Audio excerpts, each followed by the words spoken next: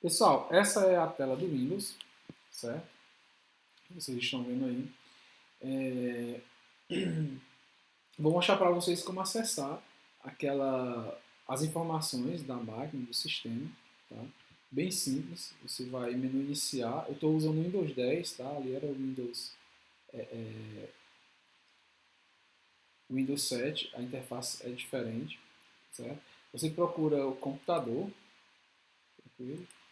Tá meio chato aqui, mas vai dar certo. Travando tudo ainda.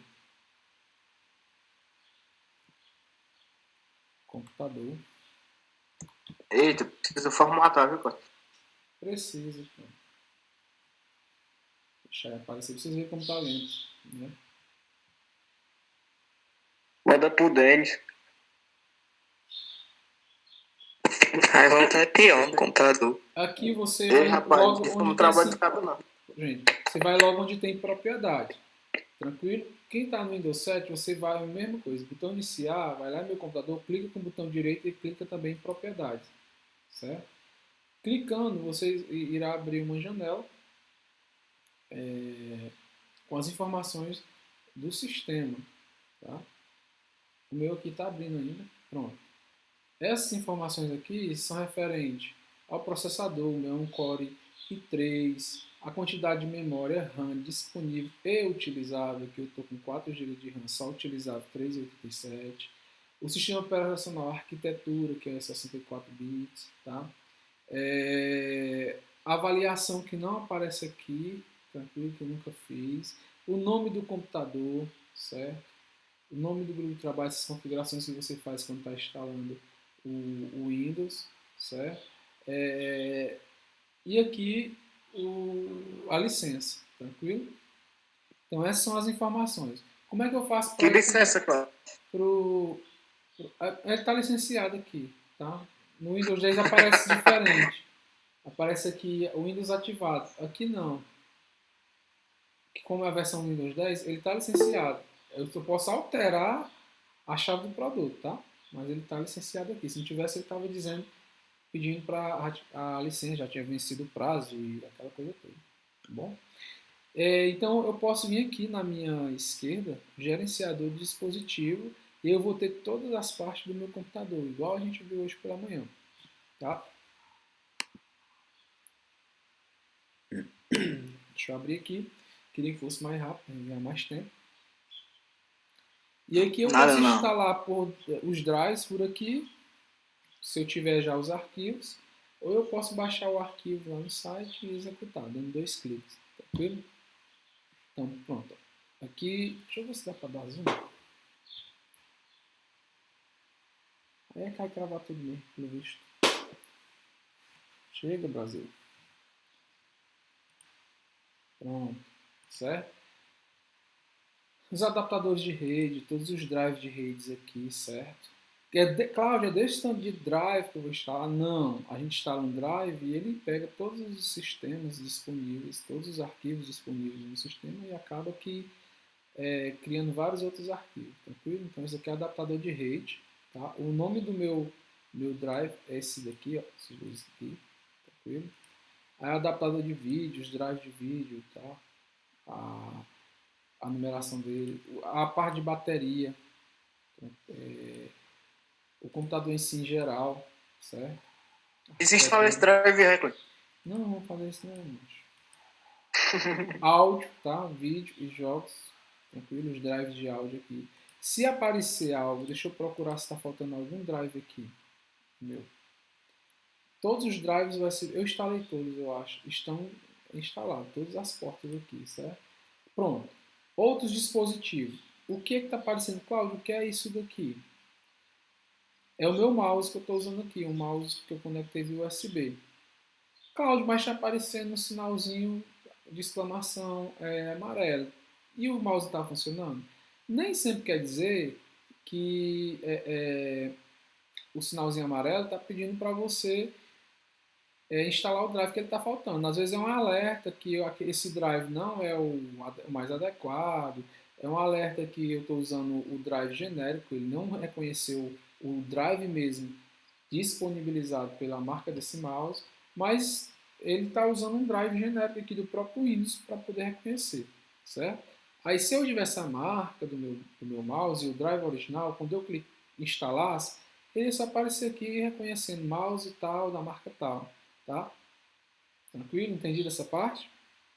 O sinalzinho de exclamação nem sempre quer dizer que está faltando drive. Pode ser apenas que ele não reconheceu o dispositivo, mas ele está usando um drive genérico do próprio Windows. Beleza? O processador está tudo ok aqui, ó. Os arquivos de instalação, teclado, certo? Eu tô usando, qual tá com quantos teclados aí? 2?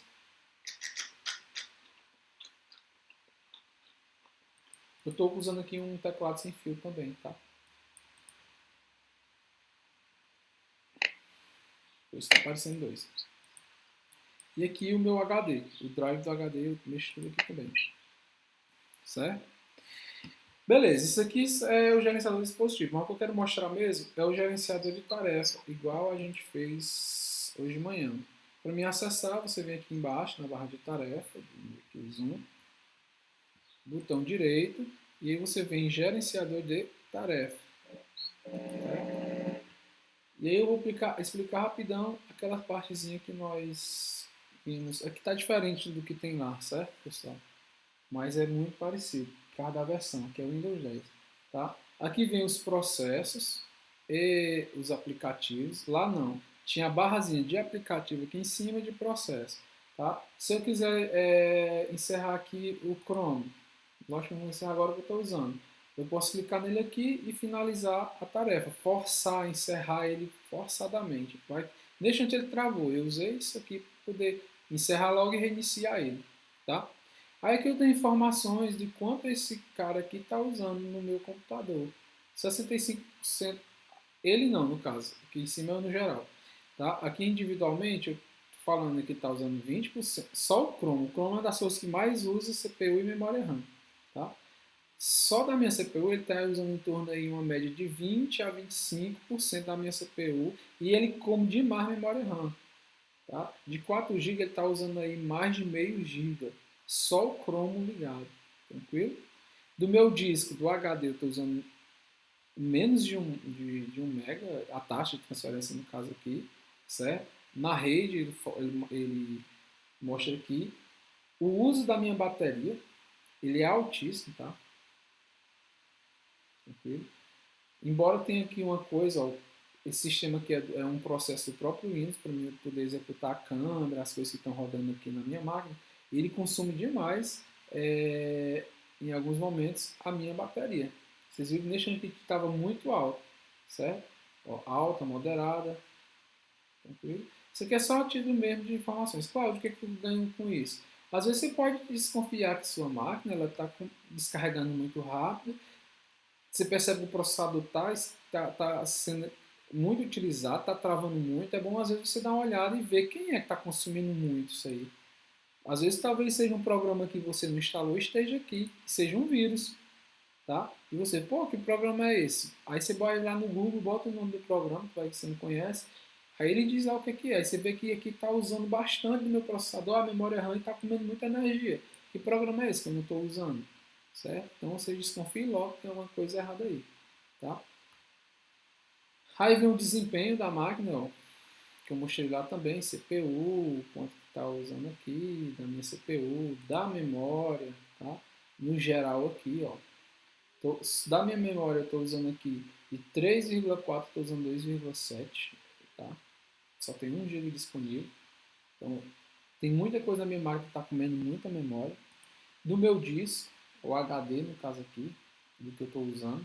E aqui a taxa de transferência dos arquivos do disco para o meu processador, para a minha memória RAM. Tá? E aqui a minha rede. Certo? Eu estou enviando a taxa de frequência aqui 300, 554 de envio e estou recebendo 264 e alguma coisa aqui de dados na minha máquina. Tá? Então isso aqui é o que eu estou enviando de pacotes saindo da minha máquina para a rede. Isso aqui é o que eu estou recebendo aqui embaixo. Claro, por que tu está enviando mais aí? Porque eu estou mostrando, compartilhando a minha tela para vocês. Então a taxa de envio aqui está maior do que eu estou recebendo, porque eu estou enviando mais coisa. Tá? histórico de aplicativos. Quando você quiser inicializar algum programa, você pode vir por aqui também, se você não quiser dar dois cliques nele.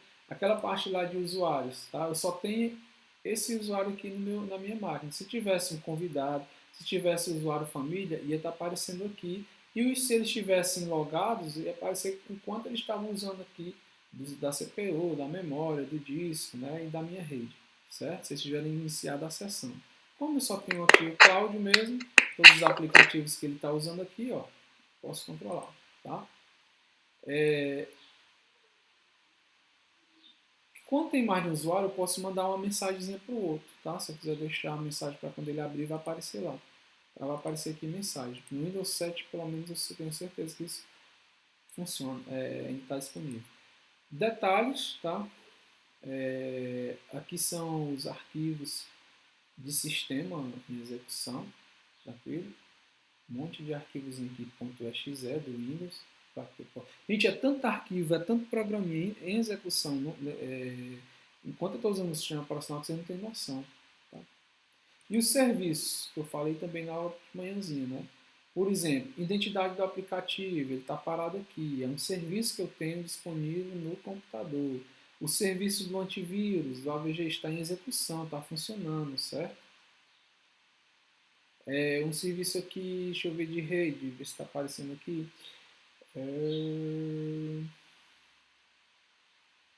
Serviço de Bluetooth, ó, suporte a usuários Bluetooth, está parado. Serviço de estrutura e tarefa de segundo plano está em execução aqui, certo? Eu posso parar esses serviços, os processos desses serviços, tá? Tem um monte de coisa parada e tem um monte de coisa em execução também, tá? Então, o gerenciador de tarefa é basicamente isso. Quem quiser depois tiver um computador e com Windows, dá uma olhadazinha lá para você ver como é que está aí a saúde, como é que está se comportando a sua máquina, certo? Deixa eu sair um pouquinho aqui e voltar aqui para o meu PC, só para mim finalizar a parte de SO e a gente começar com PO. Tá? Ei, Cláudio. Oi. Fugindo um pouco aí do assunto. É verdade que o histórico fica salvo no roteador? Eu não entendi direito essa pergunta, porque acho que está falando perto demais do microfone. Só entendi onde você tem roteador. Se o histórico fica salvo no roteador. O histórico fica salvo no roteador? Não, o histórico fica salvo no seu navegador se você não estiver na área de anônimo. Agora, o roteador ele tem registros, né, que fica salvo aí as partes de roteamento, talvez alguns IPs, certo? Talvez até sites também acessados. Tem uma partezinha lá que você tem como ver os sites que foram acessados. Agora, eu não sei se ele guarda por completo. Tranquilo? Mas o roteador ele tem essa parte, as partes já foram acessadas, ele guarda assim. Não tem assim um histórico como tem no navegador, mais detalhado, mas ele guarda. Tu não está com medo medonho? Ah, tô percebendo aí. Então deixa eu ir para essa partezinha aqui que eu queria falar de memória para a gente finalizar, tá? Era só, acho que só dois slides. Que é o gerenciador de memória, pessoal. É muito legal isso aqui. Todo mundo vendo aí? Então vamos lá. Então a maioria dos computadores eles têm várias memórias. A maioria não, os computadores eles têm várias memórias disponíveis na sua máquina, na sua placa, na sua parte interna, tá? E essas memórias elas estão organizadas em hierarquia. Hierarquia é algo que pode ser do mais importante ao menos importante, pode ser também do mais caro ao mais barato, do maior capacidade e menor capacidade, mas elas são organizadas de alguma forma, de hierarquia. Tá? Tem um problema básico para o gerenciamento de memória. Que problema é esse? É que os atuais programas são muito grandes para rodar completamente na memória cache, na memória RAM. Ou na memória cache, que é uma memória que está entre a memória RAM e o processador. Creio eu que vocês tenham visto isso em arquitetura de computadores. Tá? É uma memória mais rápida que a memória RAM. certo? E menos rápido do que a memória que tem no próprio processador. Então, os programas são muito grandes para caberem todos por completo nessas memórias. Então, a memória, o gerenciador de memória, certo? Ele é responsável por várias coisas. Primeiro, controlar tudo que diz respeito à memória, certo? Controlar quem tem permissão de acessar a memória RAM, qual o tamanho, certo? Qual o endereço, qual a parte da memória RAM o cara lá vai estar, o programa no caso vai estar usando, tá? O gerenciador de memória é quem vai alocar, ou seja, quem vai pegar esse programa e trazer lá do disco e jogar na memória RAM. E quando ele for encerrado, é ele que vai, o gerenciador de memória que vai tirar esse programa da memória RAM, tá? Alocar e desalocar.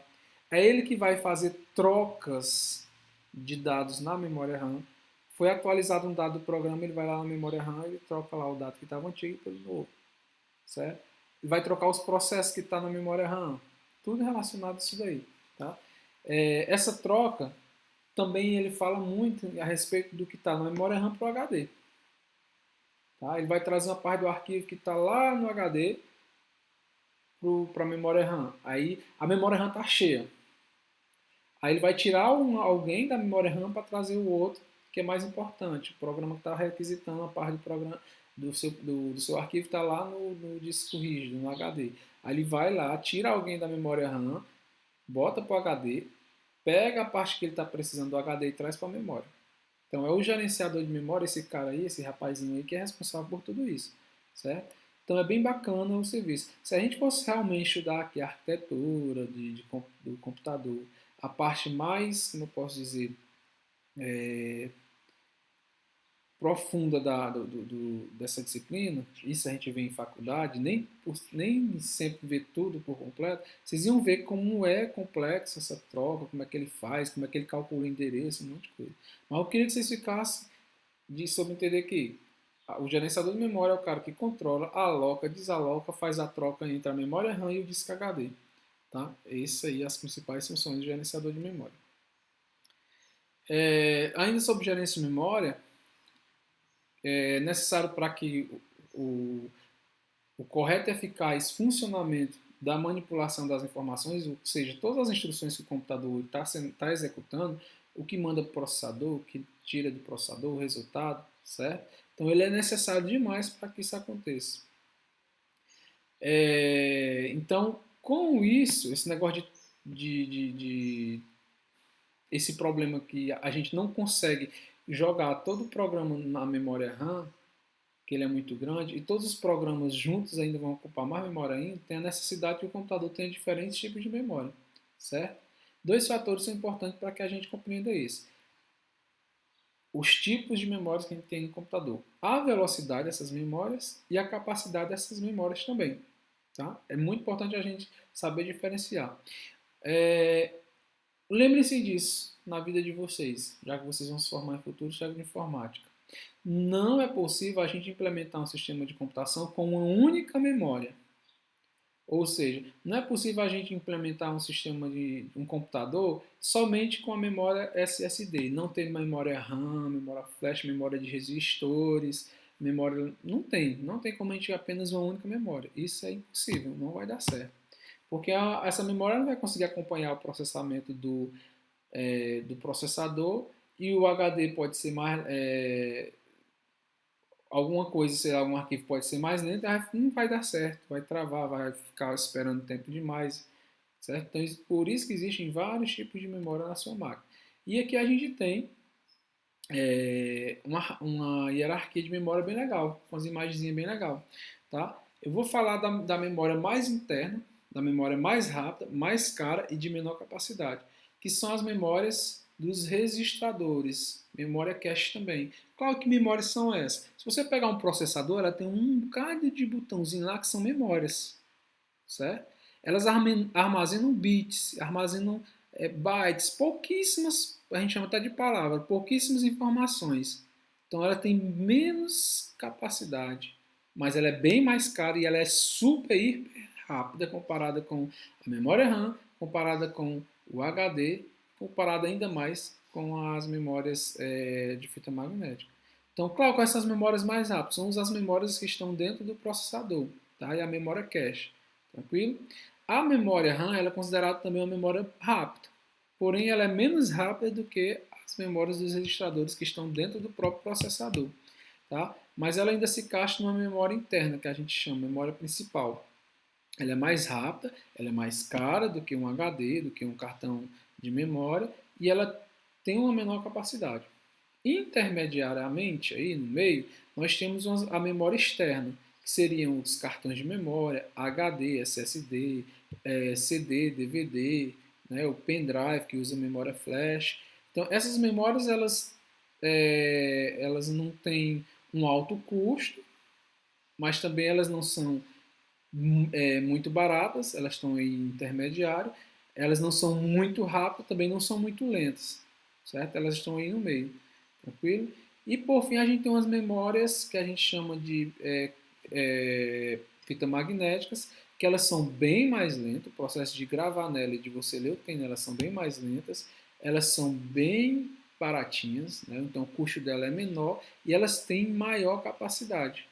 Para que elas servem? Geralmente para cópia de segurança. Você fazer backup em sistema de bancos. O Google todo dia tem lá fita magnética, uns rolos de fita magnética rodando, fazendo backup de todas as informações. Tá? Mas só que isso é feito bem lentamente, tranquilo? Então eu queria que vocês guardassem na memória esse tipo de memória, essa hierarquia da memória. Mas se eu perguntar assim, colocar essa imagem, sem nenhuma informação, quem é a memória, tudo solto aí, memória de resistor, memória RAM, HD. Quem é a memória mais cara? Vocês iam me dizer que seria as memórias de alto custo, a memória RAM e os registradores de memória cache do processador. Certo? Quem é a memória mais barata? A fita magnética. Tá? Quem é que armazena menos dados? Os registradores, a memória lá do processador, que armazena bits. Quem consegue armazenar mais? As memórias de fita magnética, têm maior capacidade, que elas são mais baratas. Então, eu posso fazer aí teras e teras bytes, pentabytes de fita magnética, tá? O HD, eu posso fazer um HD de teras e pentabytes, só que ele já custa bem mais caro do que uma fita magnética. Beleza? Então é isso aí que eu queria falar, só para finalizar essa parte do sistema operacional. Tá? Queria que vocês fizessem alguma pergunta. Eu tenho certeza que tem gente que deve estar com dúvidas. Olha, tem 35 pessoas. Mas já fazer aqui eu não estou com dúvida, não. Só não sabia que ainda usava fita magnética, essas fitas aí. A gente não usa domesticamente, certo? Mas em empresas, Facebook, Google, esses grandes bancos, a maneira mais fácil e mais barata para eles fazerem o backup, que seria uma cópia de segurança, vai que algum vírus entrou no sistema do banco, vai que uma bomba explodiu no banco, vai que deu um terremoto, caiu lá por cima dos servidores do Google, tem tudo salvo em fita magnética. Aí ele vai ser um processo bem lento para mim poder recuperar todos esses arquivos, porque a memória fita magnética ela é mais lenta. A gente não usa mais hoje em dia como antigamente. Onde é que a gente usava fita magnética? Fita cassete, fita VHS, fita cassete era a que a gente escutava música, botava lá no sonzinho e era fita magnética. O VHS era para videocassete, você assistir filme. Né? O disquete era fita magnética, a gente usava no computador. Tá? Então, sim, hoje em dia ainda se utiliza bastante como meio que não é que tem o menor custo para essas grandes empresas fazer cópia de segurança dos seus arquivos. E essa cópia de segurança geralmente não, com certeza nunca está no mesmo prédio que tem os servidores. Está em outro lugar e os dados estão sendo passados em rede, estão sendo gravados em outro lugar aí nas fitas magnéticas. Né? Porque vai que seja um desastre natural aí, cai aí solta uma bomba, um terremoto, cai um cometa em cima, sei lá, de alguma coisa aí, então esses dados vão estar salvos em outro lugar. Beleza? Sistema operacional é isso. Queria saber se alguém tem mais alguma pergunta para a gente falar de SO ou de IPO, que a aula hoje vai ser muito rápida e eu acho que a gente termina já já. Dúvidas?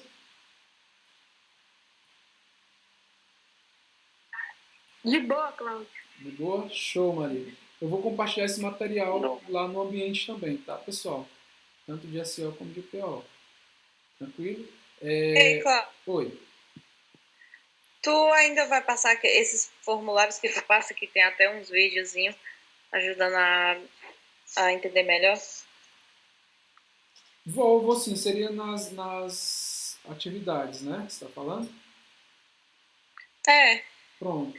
Eu vou sempre tentar procurar um videozinho curto falando sobre determinado assunto e algumas perguntas desse assunto. Eu acho que ajuda muito. Beleza? É, ajuda. é assim mesmo? Ei, Você quer... Cláudio, Ah, tem como tu botar esse slide aí no grupo lá do WhatsApp? tem. Eu vou postar primeiro no ambiente para ficar registrado lá e depois eu compartilho com vocês também. Beleza? Tá. Então vamos lá para PO, pessoal. POO. Deixa eu abrir aqui. Olha que menina linda ali.